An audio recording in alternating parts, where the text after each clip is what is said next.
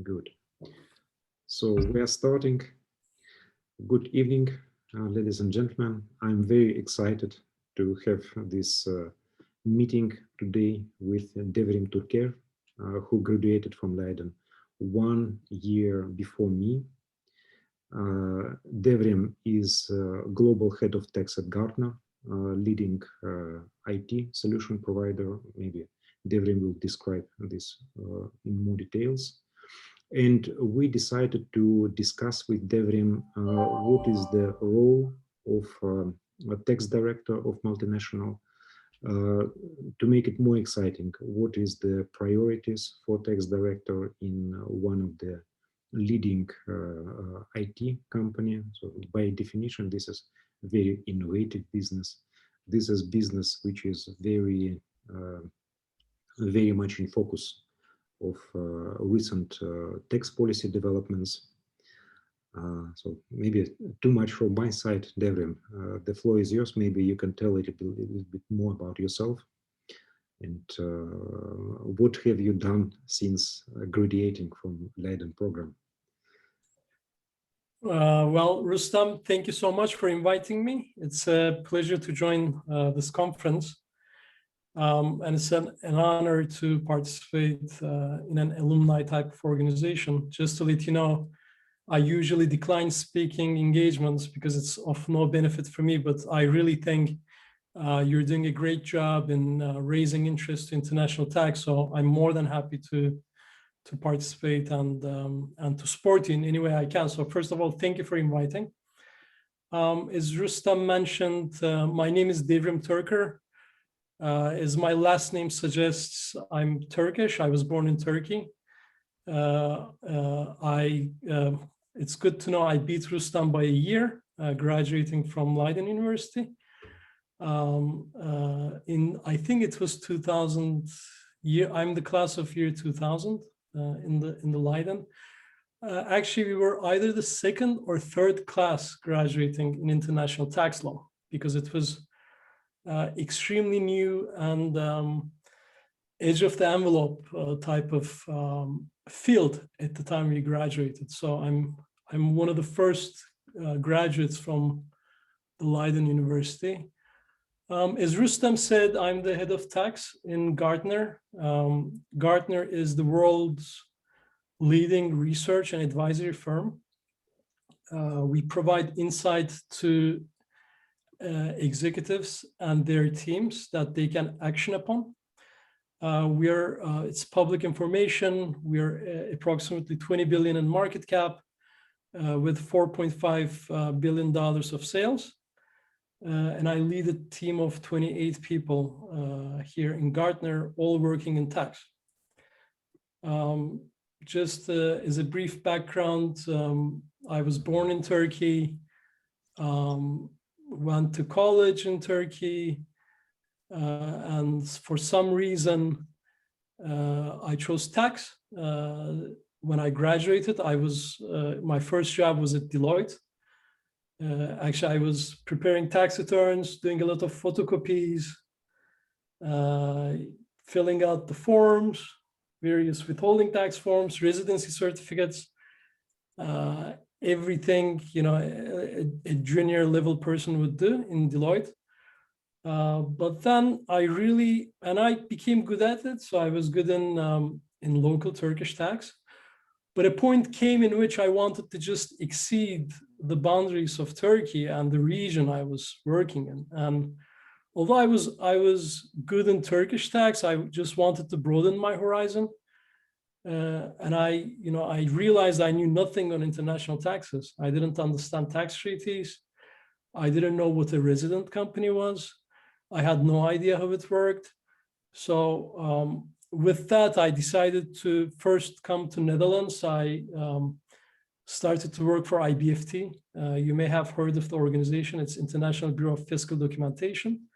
And I was researching for Turkey and Greece. Don't ask why Greece, but I think they just gave it to me because no one would take it. So I started writing on Turkey and Greece. And then all of a sudden, I discovered that Kees van Raad was on the board of IBFT at that time. And perhaps he still is. So through him, I heard of the program. I applied through a couple of interviews, of course, application forms, recommendations. I was accepted to the program, and a whole different world opened in front of me, which is a solid understanding about how international tax operated. I also understood international tax wasn't so international. Every country had their own rules, but then on top of those, they had tax treaties. So it kind of opened a new world for me. And through that, I was able to work in my job in IBFT in Netherlands. I was continuing to be the research analyst in IBFT for Turkey and Greece, where I had an offer from Procter & Gamble to either come to Belgium or to go back to Turkey. And at that time, Turkey was booming, significant growth. This was year 2000. Economy growing at a disproportionate speed. P&G had been in the country since 1991. And I decided to join Procter & Gamble as the head of tax in Istanbul. And I was leading Istanbul, Central Asia, also Israel. So I was the head of tax in the hub, doing all sorts of compliance, planning and provision, forecasting for 3-4 years till I took the transfer pricing role. And just to give you an idea, people may know, I will date myself, but when I joined, when I graduated in 1995, most companies did not have a tax department. People may not remember this, but when I was working in Deloitte in 1995, tax was embedded in accounting. It was part of accounting, and it functioned as a compliance department. It would fill the tax returns, and that was pretty much it. So people didn't see a need for any tax department, nor a head of tax, nor a director of tax. So the job that I'm leading now, and I'm an SVP in Gartner, reporting directly to the CFO, kind of evolved over the last 10, 15, 20 years. And before, it didn't exist. I think that also shows through the evolution of time, the importance paid to tax and tax people. I think all of a sudden, gradually, the C-suite realized that tax really has a big role to play. They could contribute significantly to the bottom line. I don't want to blow my horn, but if you look at the numbers, tax represents almost anywhere between 20 to 40% of earnings before income and tax. So that's the single biggest expense item in your profit and loss statement for a company. And of course, companies realize the importance that tax would play, not only from a compliance point of view, but also from a shareholder value, adding shareholder value. So through that, we are moving, as I understand, towards the current contemporary role of tax director. But please, if I interrupted you, just no, of course, exactly. And, just one thing I wanted to mention. Maybe you are too modest because, it sounds like you came from Turkey to the Netherlands, advanced country. I recall stories about very bright IT advanced student who invented transcribing. So basically, there was a Turkish guy who took the audio records of lectures and somehow, I don't know, 20 years ago, transcribing. It sounds like a miracle. But you had some inclination, and I heard it not from you, I heard it from other students of your year, that there was such a solution. So I'm not really surprised that you at present at Gartner, a very advanced IT company. Please tell us, what is the role of a tax director? What is the expectation of from tax director? Yeah, so thank you. That's a great question, and thank you for your kind words.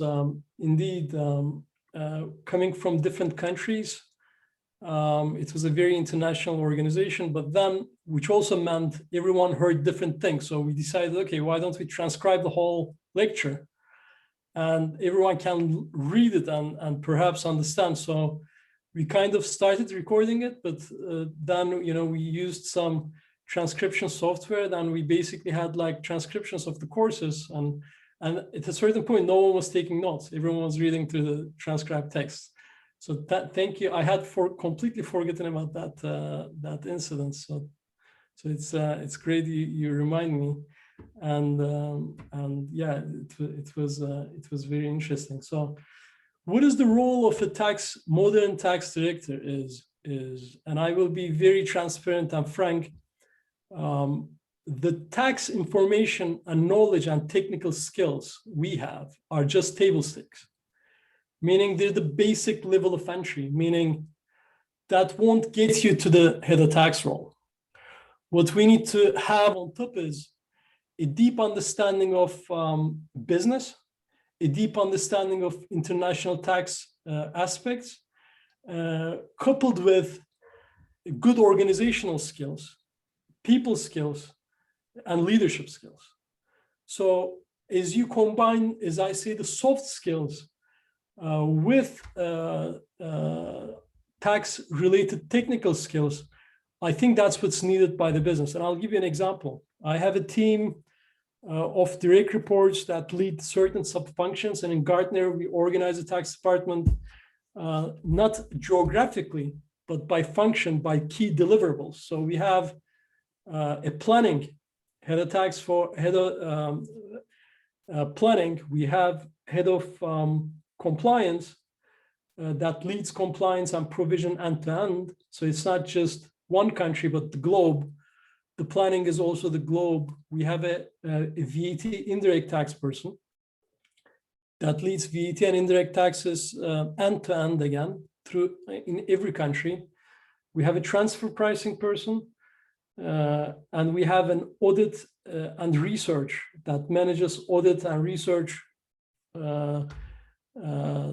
in every country. So that's the way we're organized. That brings me to of course, the importance of organization and organizational skills. So in a modern tax department, I think that's quite key in making sure tax hits and partners with the business in every aspects of the deliverables, and that's what we do. So as an example, my planning person handles and works with the M&A team, the mergers and acquisitions team, to acquire new companies, because we found out through experience and time that if you get something right the first time, it's much more valuable than trying to get it wrong and then fixing it further on the course of business, because it's just I think it's just better planning. So this organization I mentioned with organized around key deliverables partners with the business to deliver and also add shareholder value. Now, shareholder value is extremely important for the tax department. That's where we add value. And what that means is generating cash for the business. And when I mean generating cash, it's either cutting cost, making sure we operate with as efficient as we can, and in the same time making sure we don't pay too much taxes around the globe. And when I mean when I say not too much taxes, I mean taxes which are prohibitively expensive, that could also drive businesses to a loss. If you look at, for example, withholding taxes, and I will perhaps mention a bit more about how we're organized. But if, for example, withholding taxes are usually on the revenue, and it's in the range of 10 to 15%. So if there's a withholding tax of 15% and your profit margin from that country is only 12%, you're not making any money. So that drives business out of that country because you're sustaining a loss. So that's how tax partners with the business, partners with the CFO to drive value, and that's the main, I think, role of the tax department. We're also realizing that we're being asked questions beyond tax, especially in M&A, mergers and acquisitions, in financing. They ask us to put a business hat on and to give our opinion about the deals. And of course, for example, if you look at my role, I'm also part of the finance senior leadership team, which comprises of all of the finance leaders like FP&A, controller, like strategy, corporate strategy, digital transformation. So during those meetings, of course, I give my opinion, and you have to be able to discuss the business. You have to have business acumen as the head of tax, and mostly it goes beyond tax. Of course, we always look at things from a tax perspective. If there's a new department on the organization, one question we ask ourselves is, what does this mean from a tax point of view? Like, how does this affect us from a tax perspective? Does it cause a headwind or a drag to the tax rate? How does this play a role? Where is that team located? Does that match with the corporate finance strategy of the company? The location of the individuals? Who bears the cost? So it is great to be in this team and to be able to discuss with the business leaders the specifics about business, because that's how we can add value. Just maybe a few things about Gartner. If you look at Gartner, we are a service company. You can also call us a subscription company from a tax perspective, which means we don't have any manufacturing. All our business is people-based. We don't have cost of goods sold. We have cost of goods sold, but we don't have any manufactured products. So for us, this is very fascinating because from a tax point of view, there's a lot of risks, but also a lot of opportunities. One thing which we struggle as a risk as a tax department is classification of income. Many countries classify our earnings as royalties, but to us that's a big risk, because usually royalties attach a withholding tax, and if classification of income is not right, that it could create a huge impediment to growing the business in certain locations. I'll give you an example, like Argentina. If you call what we provide a royalty, the withholding tax could be is in the range of 20%. And our margin, if you look, it's public information. If you look at the company-wide margin, it's 15%. So, which means taxes push business to a loss situation in Argentina. So that's how we add value. We talk with the business, we understand what the issue is, and then we try to address and reason with the authorities in a proper classification of income. So that's just a few examples, Rustam, of how tax adds value to Fortune 500 companies. Okay. Well, you mentioned 20%. That's also Russian withholding tax rate. You would be protected by Russia-US double tax treaty.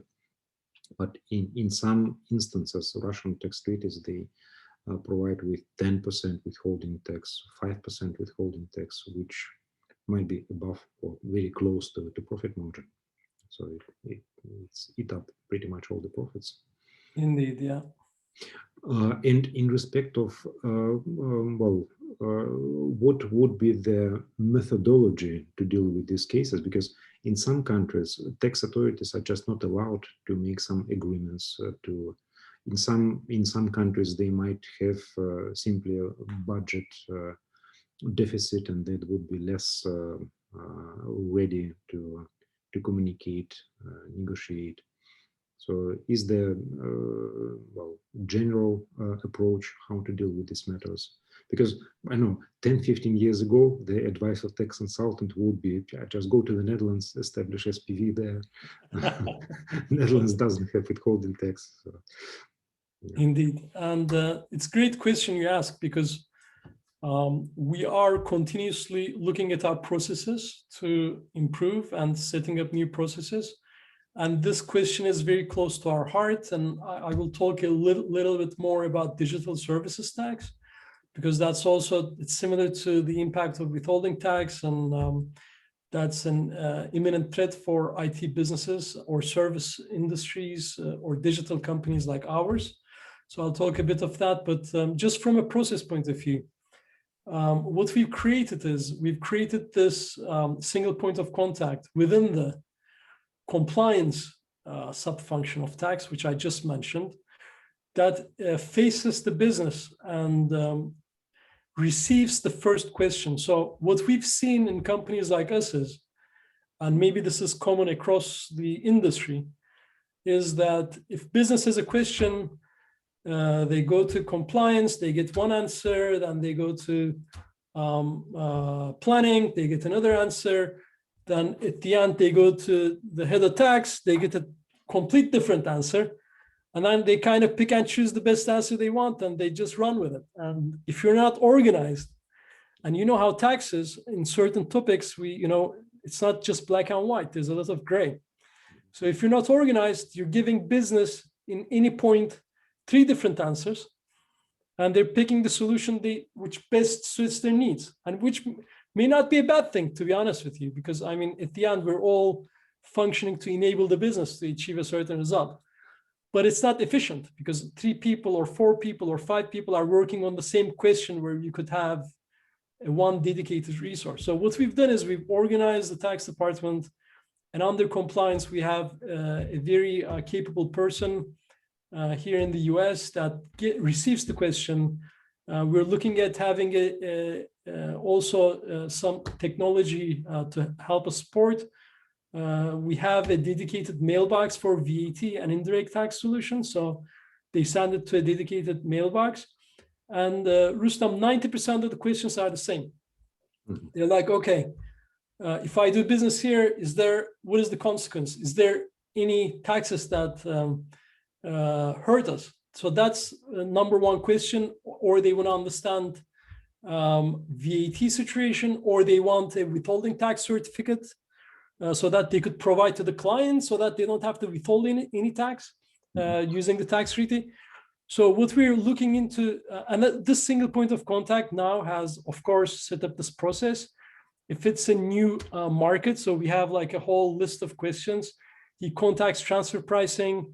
If it's a dividend-related question, we have a different process. But we're trying to streamline all these questions and have them efficiently looked at, right? So that's quite important for us.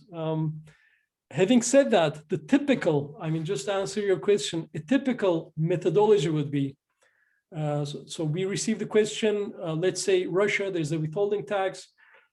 The biggest or the most, I think, critical is to understand the issue well. So what is the issue? What is the business model? What causes the withholding tax in Russia?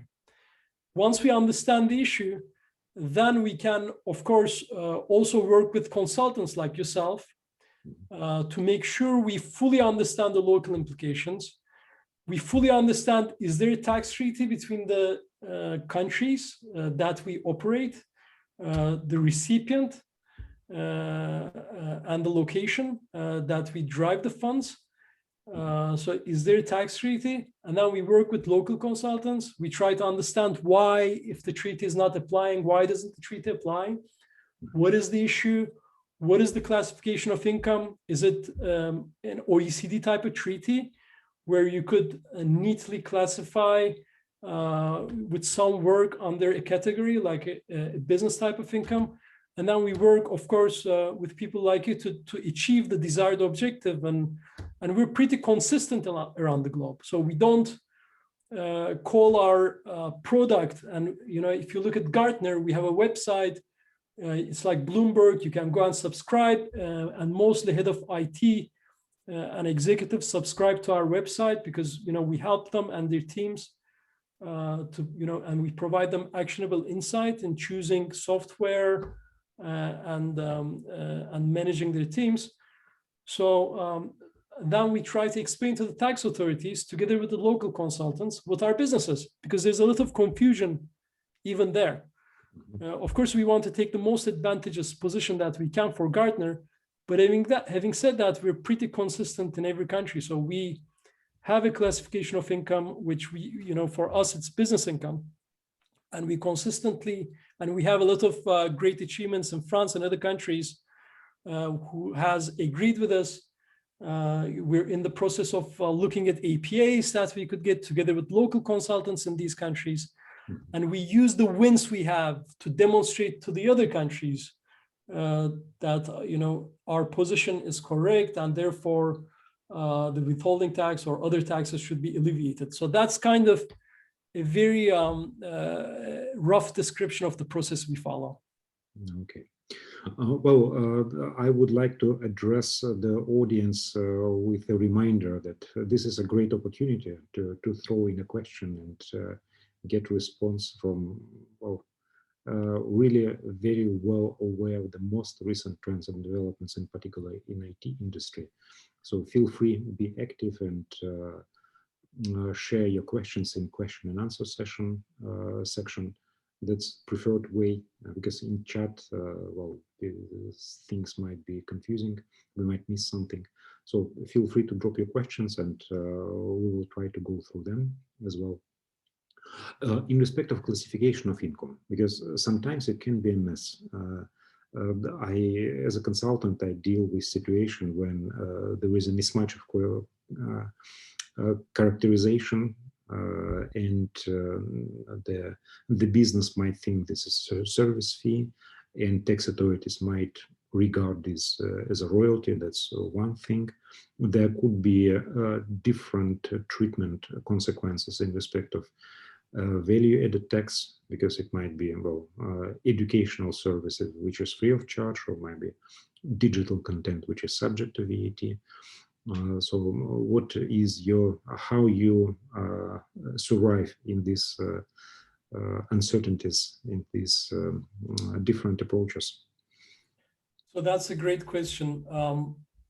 So I'll cut right to the chase, as they say here in the US, and give you the answer. Recently, what's helping us a lot is the mutual agreement procedure process, okay? And we've started to use it more and more, especially with the countries which we already have, I don't want to say partnership, but a working relationship with the other countries. So that process seems to help us in certain instances, especially when there's a broad disagreement with how Gartner sees the classification of income and the countries where we drive our revenues from, okay? And we usually start with, of course, making a presentation to the local authorities when a dispute occurs. And we have a dedicated resource who works on this together with the consultants in each country. But Rustam, mutual agreement procedure is kind of helping us somewhat more than it did in the past. I mean, I've seen everything. I mean, I think I've seen many different cases. But if you remember, in the past, mutual agreement procedure, you would apply to a country. It would take them a year to get together, then a couple of years to have the first meeting, and then a couple years for you to have a result. It seems that's working a little bit more efficiently. So in our experience, we could have some result in a year or two, so that, the time period has improved. And, maybe that's due to the also due to digitalization. Like, we're having this conference now all digital. And I also want to think that instead of tax teams visiting each other physically, because that's when I was at Procter & Gamble, I had tax teams coming from UK to see what we had in Geneva and have meetings. But it took them like a couple of years to come there, and then a couple of years for the meetings to occur. Now I'm hoping with the fast-paced economy and digitalization, governments I'm hoping they're catching up. So that's kind of my experience. So that kind of helps. Having a very good network of trusted advisors is really, really important. Like people like yourself who kind of help us along the way, and who you have a relationship, who you have a long-term value proposition, then who knows the business, who understands what Gartner does, who is in the weeds of things. That kind of helps us a lot as well. And in countries where we did not have that relationship, we generally saw it was much more difficult to convince the tax authorities. And in the past, we also had, it kind of was before my time, but we had a couple of APAs that came out completely opposite of what we asked the Minister of Finances to help us with. So, so I think it's all the ecosystem that you create together with in-house consulting, and also a relationship with certain governments that could help you with the APA process. I think that's kind of how we try to navigate it at this point in time. Okay. We are moving to the next question, which I thought it would be worth discussing. What is your forecast? What is the tax department of the future? It's interesting you mentioned that the tax department actually didn't exist in mid-90s. So how they would look like in 2025, 2030? What would be your... Yeah, so the tax department, actually, it's not anymore future. I think today, all of us need to work on it, is more oriented towards predicting things, because business wants predictability. In the past, a tax department had no business in forecasting anything. You would just get the numbers. After the fact, you would file the tax return in October 15 the following year, so giving you a lot of time to digest the numbers and make a statement. Now, what the business asks is, give me your yearly tax rate forecast and give me 5-year tax rate forecast. Can you even do a longer term tax rate forecast? So, and my team has done a lot of great work in forecasting, but that means, Rustam, you not only have to be a tax professional, understanding how the tax system works, but also you have to act almost like a forecasting and planning analyst as well. And use digital technology to do predictions, and use, maybe if you can, we're not doing it now, but we plan to use a little bit AI to do predictions, because I don't know if people here have a thermostat. It's called the Nest thermostat, right? I mean, I'm sure it's available in Europe. But what happens is you kind of dial it, and if it's cold, you make it hot. If it's hot, you make it cold. But what happens is that it just tries to make patterns of your behavior, so that sometimes it just makes it cold at the time of the day that you want cold. It also has outside temperature, so it measures. That's what we want tax rate forecasting to be, because if you look at the tax rate, it's only a component of forecasting income and certain other elements that adjust the income to come to a tax rate. I mean, we are the key recipient of accounting data. We take the accounting data, we manipulate it, and provide a tax rate number. So once you have the business helping you with the income data and the revenue data, you could kind of, like almost like the thermostat does, predict what was the numbers adjust them based on the new data, and then produce a tax rate. So that's number one priority on us, is making tax more predictable. Now, you could say, how the hell can you do that with all these initiatives going on from OECD, digital service tax? Then you put contingencies. Like, for example, we are awaiting a major tax reform in the United States. I think you've touched upon it during your conferences. It's called the Biden tax proposals, which is quite interesting, because this will be the second, if it happens, the second major tax reform in the last 50 years of after the Second World War in the United States. So what we do is we do scenario analysis. So we have a best case scenario that could happen. We have a worst case scenario that could happen, and then we call it a likely scenario. And then we adjust our future predictions. Now, that's what's expected from a tax department, to be honest with you. What that also brings is it gives, and I make that presentation not only to the CFO, but also to the board, because the investors want to understand and investors want to know. And they all have a lot of questions on taxes. I mean, it's not the function that you had 50 years ago where you just filed a tax return. They want to understand, they want to reason. They hear a lot from news, from Wall Street Journal, from Bloomberg, from other media. Okay, or there's a G7 agreement on minimum tax. Like, how is that going to affect the business?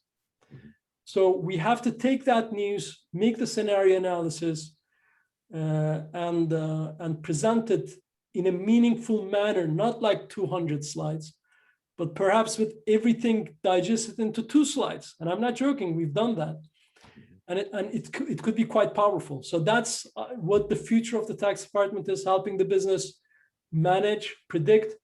But also the future of the tax department is helping the business on M&A deals.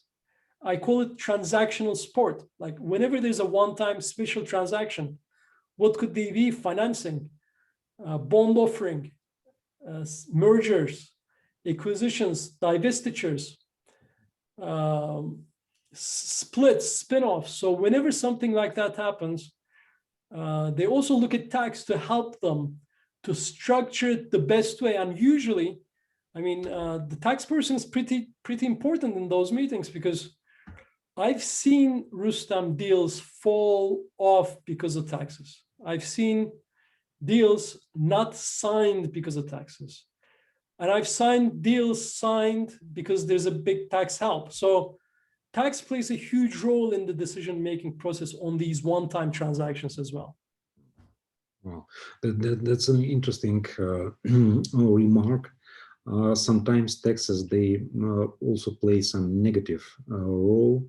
Absolutely. What I have seen in Russian jurisprudence, sometimes, well, the company is being caught on really aggressive or maybe really unwise behavior. So some zero substance transaction, meaningless from business perspective, but straightforward, aimed at achieving some tax advantage. And I know that they are very knowledgeable people. They know not less than myself, really top of the best. And when we speak with them and asking how on earth it was possible that your company, they said, nobody here, nobody listening to us. So the model of cooperation you describe requires pretty careful, pretty serious role of tax director. Because if this is the guy who is being called just to support decision which management already has taken, this may play really bad. Yeah, I mean, Rustam, we owe it to the business to let them know the consequences of every action, because every business action or every action has headwinds or tailwinds from a tax point of view. And it's similar to your own affairs, right? I mean, if you have a stock you sell, it could have a tax consequence. So you have to let the business know, look, if you hold it, then you may be able to defer the gain on your capital gain if you don't sell the stock. So similar to personal income tax situation, it's our obligation as the leaders of tax to let people to understand, to have the C-suite understand of the consequences of each action from a tax perspective. And you know, that's why, of course, we have a seat at the table. If we can't do that job, we won't be any different from any other compliance function, which means then, you know, tax isn't a separate function, but it's just a part of accounting where we just comply. So that's, I mean, that's just, I think there's various levels, but you're absolutely right. It needs a certain breed of people who can speak their mind to the business and make sure they're being listened. And that comes with trust, and that comes with building a relationship. That comes with, you know, respect, people respecting your knowledge because, you know, you were proven right in the past, at least a couple times. But I just want to mention one more thing. So the main reason I'm doing this is also when it's linked to the tax department of the future, is also to attract young talent to the tax profession. Okay, because tax department cannot exist without without people. And one of our bottlenecks now, especially in this heating labor market, is finding tax talent. And what I mean by tax talent is the future generations that, you know, would take our jobs and you know, would basically want to work in the field. Unfortunately, in many countries, especially in the US, the talent is not so much interested in tax. And one of the reasons perhaps is we made it into this formalistic department where, you know, it's quite pedantic and people are afraid somehow to go into it and to try it. So that's, and it's probably all of our fault as the tax leaders that, you know, we haven't been able to show the tax function, you know, with a good light. So that's what I also want to achieve, is to attract new talent to the tax function. Look, I've done tax all my life. You know, I'm very happy where I am, and I think it could be a great profession for people, for example, who like to work with governments, who understand about global themes, who want to get more in-depth understanding about political science, economy, accounting, finance, business, which you all have to, and legal, law, regulation. So you have to combine all these skills to be tax, and it could be quite satisfying for some people. So I just wanted to make sure, you know, I also mentioned that, you know, the future of the tax department needs to attract high quality people. And, you know, I'm quite fortunate that I had that opportunity. And we didn't have much internet at the time. I mean, you know, I'm going to age myself, but when I started in 1995, we didn't have any social media networks. There was nothing. There wasn't Facebook. There was nothing. We didn't have LinkedIn. So I stumbled upon these opportunities when I was in Leiden and when I was in Netherlands, purely by chance. So, but now there's so much information out there, and I want to change the perception of a tax person and the tax department. Look, I mean, as I described, the future tax department has nothing to do with pedantic, formalistic people who just, you know, don't do anything but you know, look at numbers. So it's evolved quite significantly from that point. And in respect of this talent acquisition, so what would be your career advice? Because some of attendees of this meeting are quite young, so they're students or graduates, recent graduates. What you would recommend to these people to pay attention, to focus on? Yeah, maybe three recommendations. Starting with first, experience, value of experience over promotion. So just to give you an example, during my career, whenever I was asked whether I want to have a promotion or try something new, I always tried something new. For example, I was working at Deloitte. And by the way, Deloitte was something new at that time. I mean, in 1995, in Turkey, Deloitte was only 10 people, just 10 people in tax. If you look at now, it's hundreds of people working in tax, at least in these companies, right, in Deloitte. But I wanted to try something new. So that has helped me tremendously. So when I was at Deloitte, the partner there, Zeki Kurtçu, who retired, called me into his office. He said, look, I mean, do you want to be, I was a tax senior or junior. He said, do you want to be a manager? Or we have this opportunity in IBFT that you could go to Netherlands. It's a 1-year opportunity, but then you have to wait a year, to get promoted. I said, look, send me to Netherlands. When I was in Netherlands, I took the job in Procter & Gamble. There, they asked me as well, look, do you want to be a manager or a director, or you want to try something new? I always wanted to try something new. And when you do that, you build a resume at the end, which is so diverse with many countries that the promotions and the money follows. So that the remuneration shouldn't be the first primary concern for young people. It should be experience. And no one told me this, but I found it through experience. And as you have more experience, more opportunities, once you present that becomes quite impressive. Working in a number of different countries. I mean, like yourself, you worked in Russia, Netherlands, other countries.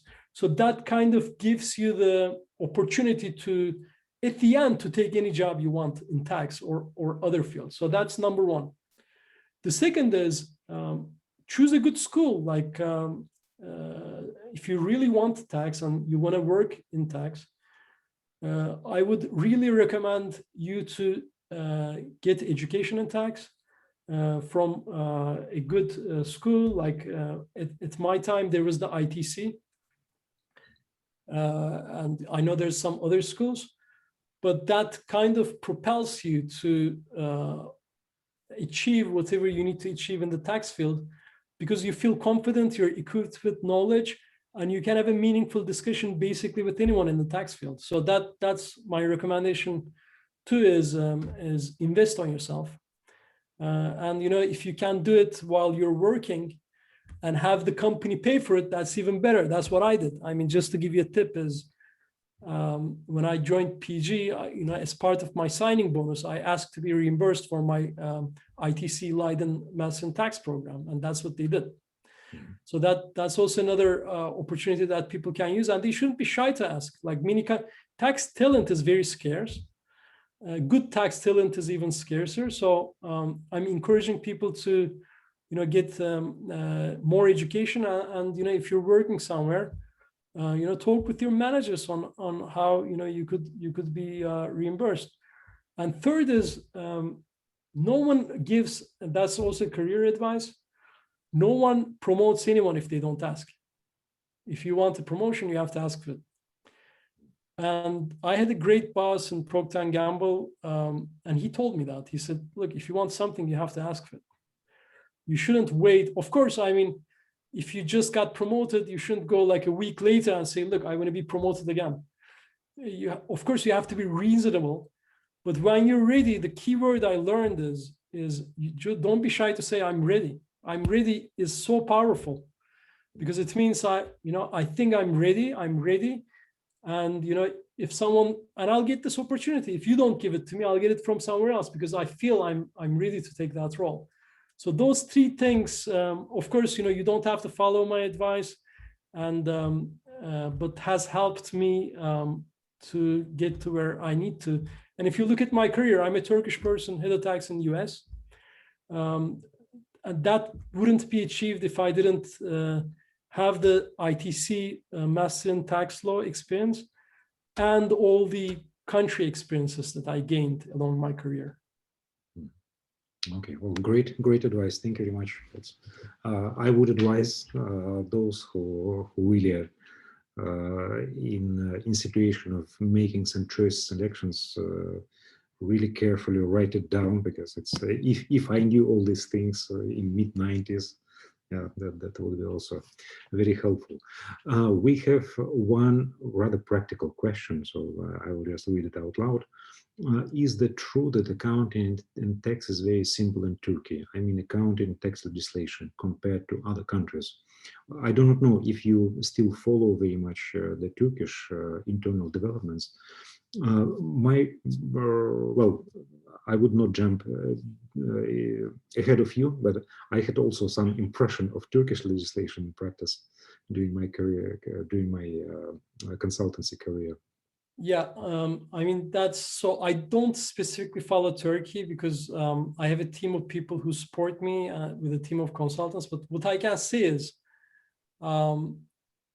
if you rank countries, you easily see that United States is leading in the tax front. Like, people are talking about global minimum tax.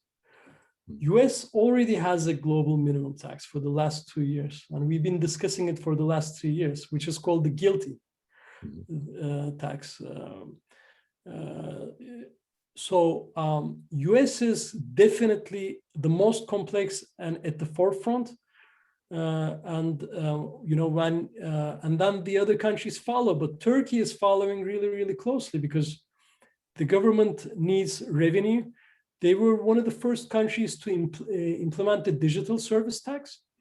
Actually, Turkey is one of the few places where we pay the digital service tax. I'm not pleased that they're following in a speed that's faster than OECD, because they're also part of OECD. But in reality, they're quite fast to pick up on things, right? So that's what I'm saying. They have quite OECD-like transfer pricing, and you know, it could be quite complicated, especially being a developing country. They are very keen on taxing income at source because that's one of the few places that they could levy the tax. And when you have that, you have a lot of cross-border VAT situations. You have a lot of cross-border withholding tax situations, which is, you know, not very helpful for the business, but that's how their system works. I don't know, Rustam, if, you know, please feel free to add, but that's my observation. Okay. Well, I had only one rather sporadic touch with the Turkish taxation when I was a consultant at Deloitte in Moscow. Once we had a project where there was salaries to be paid to Russian employees seconded to Turkey, and from our understanding, from straightforward reading of the law and tax, the answer seemed to be pretty obvious, that there should be no taxation. And when we spoke to, we had 3 or 4 conference calls with Turkish counterparts or Turkish colleagues from Deloitte, and they said, sorry guys, it just doesn't work. So that was one of my experiences when I fully understand that information which you can find in open sources or which you can derive from your own conclusion might just do not work as you expect in other countries, because it's different administrative practice, different procedures, different, well, let's say, history of development of particular tax practice. And therefore I concluded, okay, never try to figure out the answer in respect of other countries, or at least check it with locals, because your conclusion might be way far from reality. Rustam, I figured the same for every other country. So, indeed. So, the simplicity, the longer I'm in profession, the more examples I see when what appears to be very simple and explicit, it might become so complicated. Indeed, yeah. That's very very tricky. Indeed. Good. We have another question, which in a way you already answered, and we are almost close to 1 hour, which I promised to Devrim that we shouldn't take more than 1 hour. So feel free to drop your question if you still have some. And question is, what is the main concern of head of tax for the future? International tax reform, increasing working from home, and leading to potential permanent establishment, residence issues. Is this something what you faced in your practice? So great question. If I give a simple answer, talent is #1 concern. We're in competition not only with other companies, but with accounting firms and legal firms and law firms and universities for the best tax talent. So that's #1 concern in the heating labor market, is to find the best talent. You would find this maybe interesting, but the least concern I have is permanent establishment, because in my 20 years of career, I've only dealt with one case, and I worked across multiple industries. One actual case, actually two. One was in India, and the other one was in the UK.